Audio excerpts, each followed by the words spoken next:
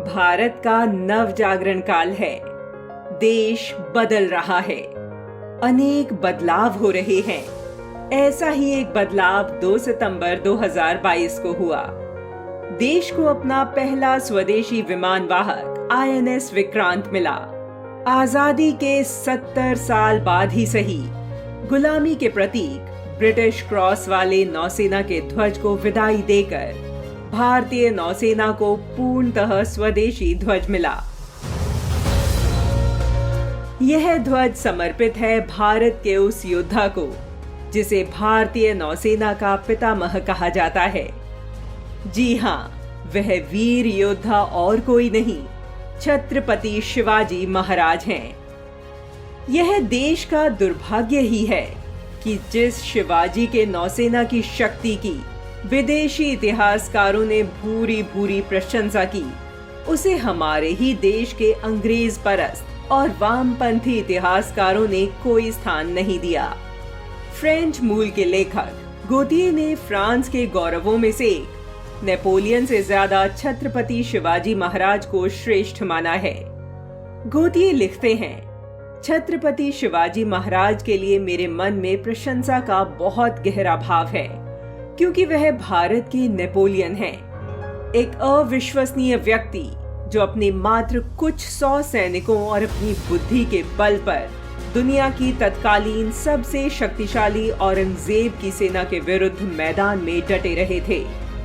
छत्रपति शिवाजी महाराज एक योद्धा से कहीं अधिक थे। उन्होंने कानून बनाए, पहली भारतीय नौसेना का निर्माण किया।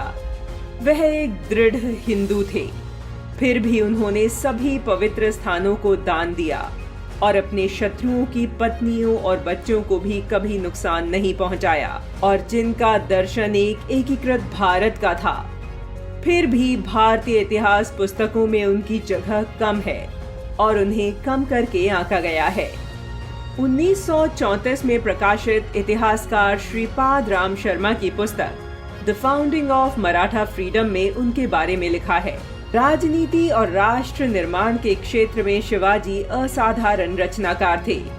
उनमें मैज़नी जैसी दृष्टि, गैरीबॉल्डी जैसी तत्परता, कैवर जैसी कूटनीति और विलियम ऑफ ऑरेंज जैसा देश प्रेम, अटलता और दृढ़ प्रतिज्ञ साहसिकता थी। प्रसिद्ध इतिहासकार जदुनाथ सरकार लिखते हैं, सत्ताओं का पतन होता है, साम्राज्य खंड खंड हो जाते हैं, राजवंश विलुप्त हो जाते हैं, लेकिन शिवाजी सरीखे राजा के रूप में एक सच्चे नायक की स्मृति पूरी मानव जाति के लिए अविनाशी ऐतिहासिक विरासत बनी रहती है। भारत जैसे देश में जो 3 तरफ से पानी से घिरा है, जल रक्षा रणनीति की नींव 17वीं शताब्दी में छत्रपति शिवाजी महाराज की दूरदर्शी सोच का परिणाम थी। वे हिंदू राजनीति शास्त्र के कथन जलमेव यस्य बलमेव तस्य में विश्वास रखते थे, जिसका अर्थ है वह जो समुद्र पर शासन करता है वह सर्वशक्तिशाली है। मराठा नौसेना पर लिखी गई BK आप्टे की प्रसिद्ध पुस्तक a history of the Maratha navy and merchant ship के अनुसार शिवाजी की नौसेना ने आज के कर्नाटक में कुंडुपुरा के पास बसरू पर लादे गए अपने प्रथम जल युद्ध में 85 जहाजों का उपयोग किया और विजयश्री के साथ लौटे। ईस्वी सन 1653 में ही शिवाजी ने समुद्री सीमा क्षेत्र में किलों के निर्माण का आदेश दे दिया था। सन 1680 तक शिवाजी ने सिंधुदुर्ग और कोलाबा जैसे सुसज्जित नौसैनिक किलों का निर्माण करा लिया था।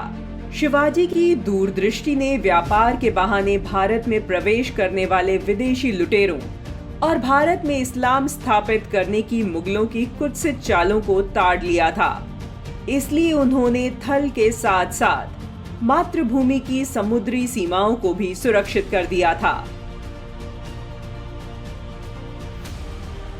भारतीय नौसेना का एक दस्तावेज कहता है, शिवाजी के अधीन नौसेना इतनी मजबूत थी कि मराठा, ब्रिटिश, पुर्तगाली और डचों के विरुद्ध अपनी पकड़ बना सकते थे। शिवाजी ने एक सुरक्षित तटरेखा और शत्रु हमलों से पश्चिमी तट की रक्षा करने के महत्व को महसूस किया था। उस समय शिवाजी महाराज के पास 400 से 500 जहाज थे। उनकी नौसेना में प्रशिक्षित शूरवीर योद्धा कमांडर थे, जिनके नाम से ही विदेशी आक्रांता थर थर कांपते थे। शिवाजी महाराज के जल सेना प्रमुख थे कान्होजी आंग्रे, जिन्हें भारत का पहला नौसेना कमांडर कहा जाता है। कहा जाता है कि कान्होजी आंग्रे को 17 बार युद्ध के मैदान में उतरना पड़ा और हर बार उनकी ही जीत हुई। 40 वर्षों तक कान्होजी ने समुद्र में अपना डंका बजवाया। भारतीय नौसेना का नया ध्वज छत्रपति शिवाजी महाराज द्वारा देखे गए स्वप्न जलमेव यस्य बलमेव तस्य को साधते हुए भारतीय नौसेना के यश, पराक्रम और शौर्य को चारों दिशाओं में विस्तृत कर रहा है।